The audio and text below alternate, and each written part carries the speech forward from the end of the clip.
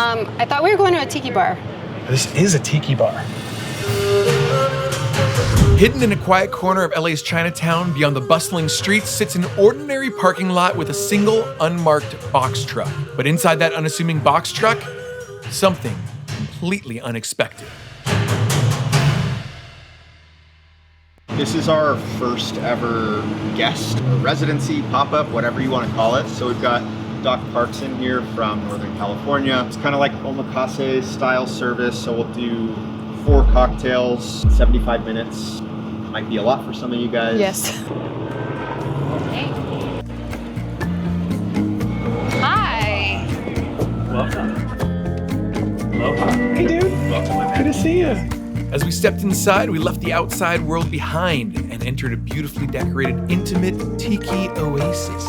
The space was warm and inviting, cozy without feeling cramped, and if you didn't know any better, you'd never guess that this entire bar was housed inside of a box truck. Every inch of the place was thoughtfully designed, from the soft glow of the pufferfish lamps to the carefully curated decor that transported us straight to an exotic paradise. Doc Parks showed us to our seats and we settled in. We couldn't help but take a moment to soak in our surroundings. The vintage artwork, the fishnet, the authentic tapa print, the subtle sounds of exotica music playing in the background.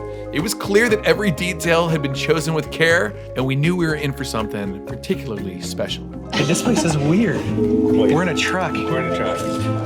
Is the whole thing moving? There'll be a little sway, especially shortly after seating. No. When we get on the road. It'll actually get a little bit. Wait a minute, did Tiffany know something that I didn't know? Where were we going? Were they driving us somewhere in this truck? Well, when was the last time you had cocktails in a box truck? Yeah. Few years back. A few years back.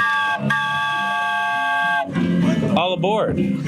Welcome everyone, I'm Doc Parks. Thank you so much for being here for this. It is my great pleasure to be doing this residency here at the Tiki Mirage. By a show of hands, have some of us been before, or are we all first timers? A couple have been before. They were gracious enough to have me. I've been on a little cocktail pop-up tour since the beginning of 2023. What I thought was gonna be just a short run is still going on, and it's just been that much fun, and so I'm gonna keep doing it. Without further ado, let's talk about this cocktail. I call Indulging with Doc. In this cocktail, we have some beautiful Copali unaged agricole rum. We have some Cascabel tequila. We have fresh lime, passionola syrup, which is a beautiful fashionola style syrup. Some white wine syrup, which is something that I have more recently constantly kept in my fridge because I'm usually drinking about a half a bottle. My wife hasn't been drinking much with me anymore. So what do I do with that other half of a bottle of white wine? Started making syrup with it. And it's wonderful in daiquiris. And we did a carbonated version here as we will be following the Tiki Mirage format. So without further ado, shall we raise a glass and have a cheers? Yeah.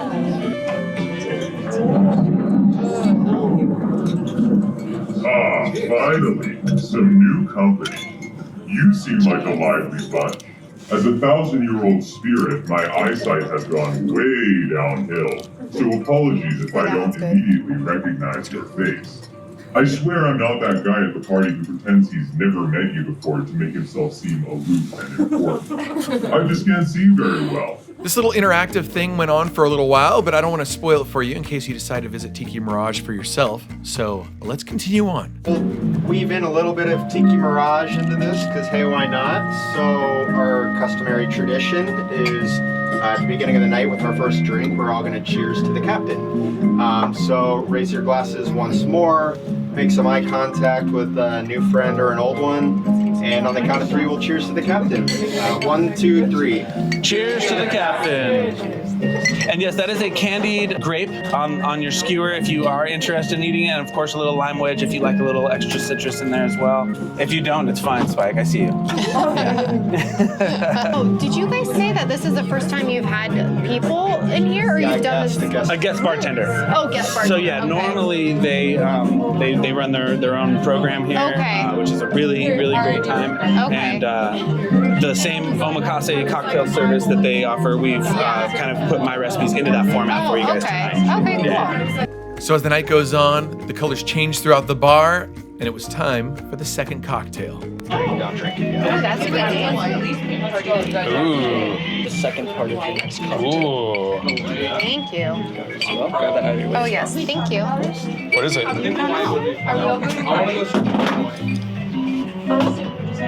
What does it smell like? Part 2, Doc will explain what Oh, it's it is, what like a to do. shaved ice, almost like the Snoopy machine. Snoopy. Do you remember the Snoopy machine, like when you're a little kid to get the shaved ice? It's like that. This is part 2, and still wait for instruction on that. That's part 2.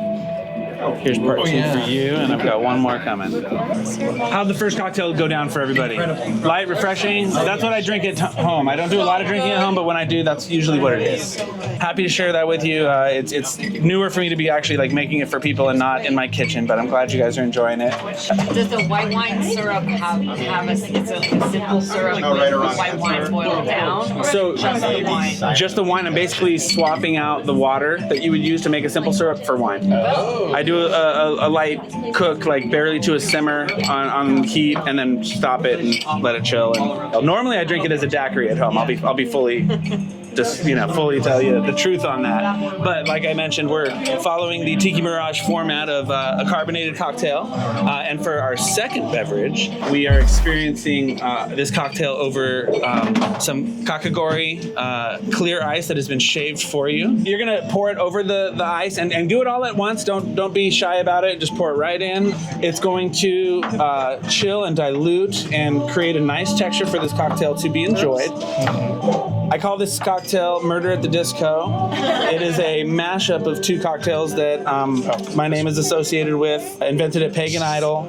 Both the Banana Life and the Disco Banana are 2 cocktails that I'm very proud of. I have a thing for bananas, but in small doses, as you will taste. I basically mashed those 2 cocktails up for this serve, which I'm really excited You have a about. thing for bananas? I do have a thing for bananas. Cheers, Tiffany. Drink number 2.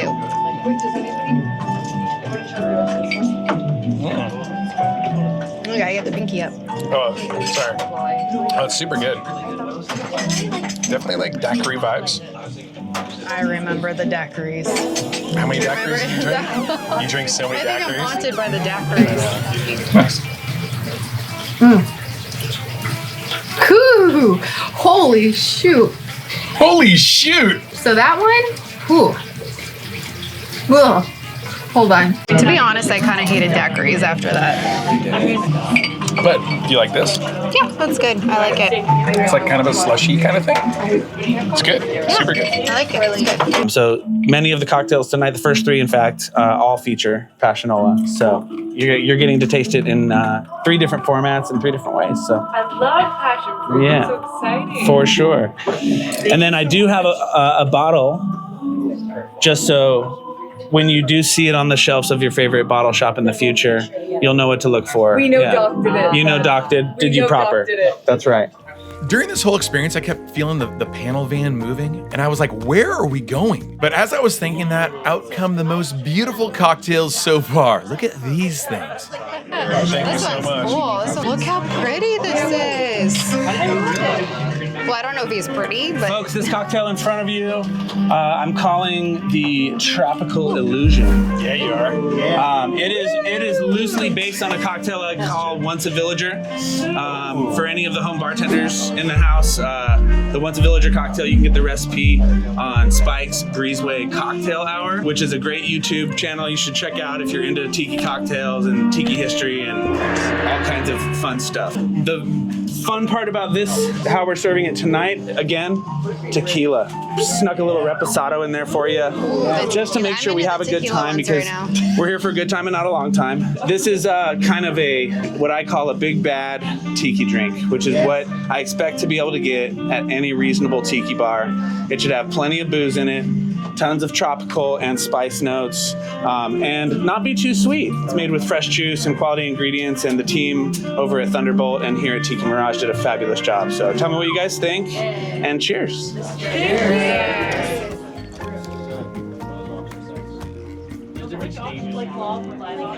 Oh, it's so this good. one, yeah. I love that. This one wins on presentation too. I like it. It's not too sweet. Yeah. Yeah. It's so familiar. Oh yeah. Like 5 in the morning familiar. Man, I know, talking about daiquiris. We did a daiquiri taste test before we even started It recording. was a long. Yeah. My taste buds were like inside out of them when I was. But she like already doesn't like daiquiris. I'm not a daiquiri Mai Tai person. Okay. Like I love like painkiller, like banana, coconut, creamy. Oh well, the next cocktail is going to be a hitter for you. Right. Well, hopefully. I know it's bad, but I hate Mai Tais. Sure, no, it's fine. They're not for everybody. You probably don't like margaritas either. I don't. That's insane, but Yeah, basically, yeah. you know, but I understand. I always love having Tiffany on the show because she's not the cocktail person. She's kind of like the every woman who's like, yeah, I don't want anything. Oh, excuse me as I put this thing in my pocket here. She's like, I don't want anything like too sweet or too bitter. Like, she's a good barometer for people who aren't deep into cocktails. These mugs, though, they're really cool, but I have zero clue how much liquid is left inside of them. Oh. So if you are done, just like let me know at some point. But again, zero rush. This is done. Wait. So we're not. Yeah, beating the it up. slurping noise is also a good indicator. Yoink. I'm gonna be keeping that. Cocktail service. Our service. I'm taking my swizzle stick. This is a clarified That makes sense for being in a treasure. white rum painkiller. What's that? Means it's yours now. Paradise is least where you expect it. As Doc was serving this stuff down the way, I don't think Tiffany heard that the next cocktail was actually a clarified painkiller, like her favorite. So this is the Damo Milk Punch, although we did make it with a coconut milk product rather than a dairy product. So it is dairy free. You got beautiful rum from the Philippines. We've got Tanduay Rum Fire, fresh pineapple, orange, and a pandan coconut cream. So this is the fourth and final. Oh, this is the final one. Yes. The grand Final finale. countdown. I almost feel like this was the grand finale. This whole like little. What is it? It was clarified coconut or something? So yeah, it's basically a white rum painkiller with Oh, painkiller's my drink. Tanduay. I knew you'd like this. Tanduay Silver, Rum Fire, fresh pineapple and orange juice, and then a coconut cream blitzed with pandan. Okay. So that's why it has kind of a greenish hue, and clarified with. This is like it's like a dessert drink. Yeah. Super good. Very rich.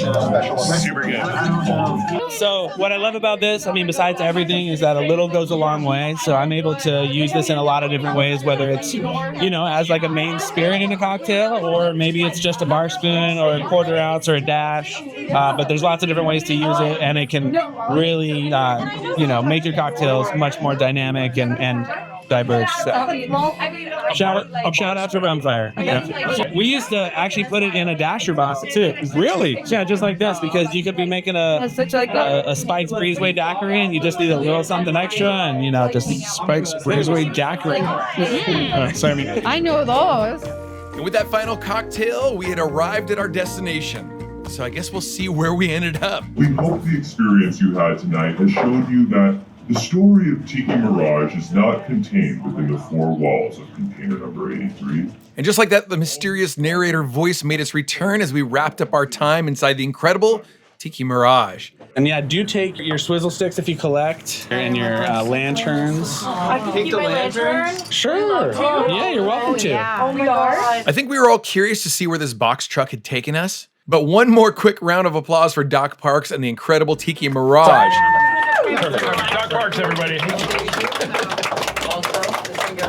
And just like that, our ride was over. As we stepped back into the real world, we found ourselves back in Chinatown in Los Angeles. Feeling a little happier, a little looser, enjoying the lights of Chinatown. When we turned around and looked back, the box truck was gone. Did we actually even drive anywhere? Was it all just a mirage?